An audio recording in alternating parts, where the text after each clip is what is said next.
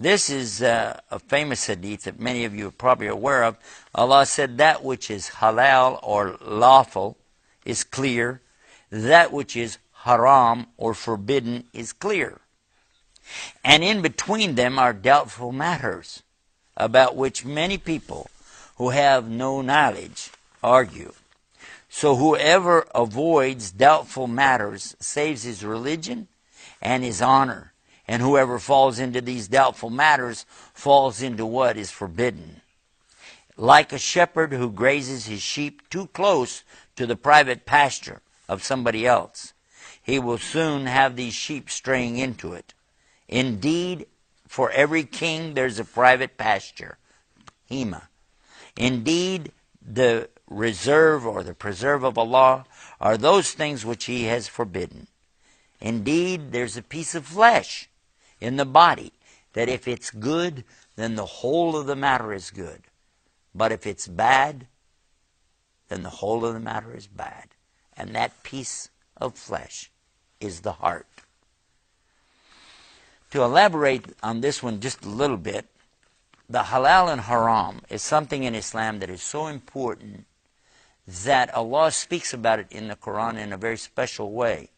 When He talks about the people before us taking their priests and rabbis as partners with Allah.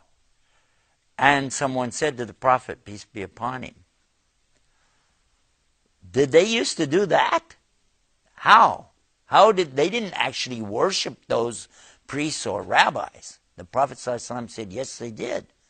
Didn't they accept from these priests and rabbis those things which were halal or haram and then reversed it, made it haram and halal? He said, well, yeah, they did that. And he said, in the same way that they do that, that's worshiping them.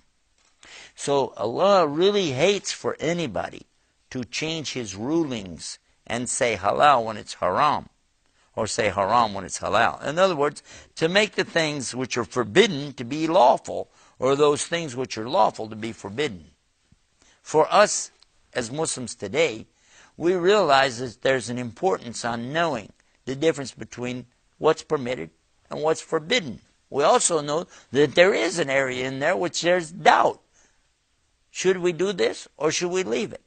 And if there's a subject which makes you doubt, then leave that subject for something that doesn't make you doubt. Leave off those things where other people are arguing and fighting about, and be safe in your deen. Be safe in your way of Islam. And this is a good quality of a Muslim, to leave off those things that make you doubt for the things that don't make you doubt.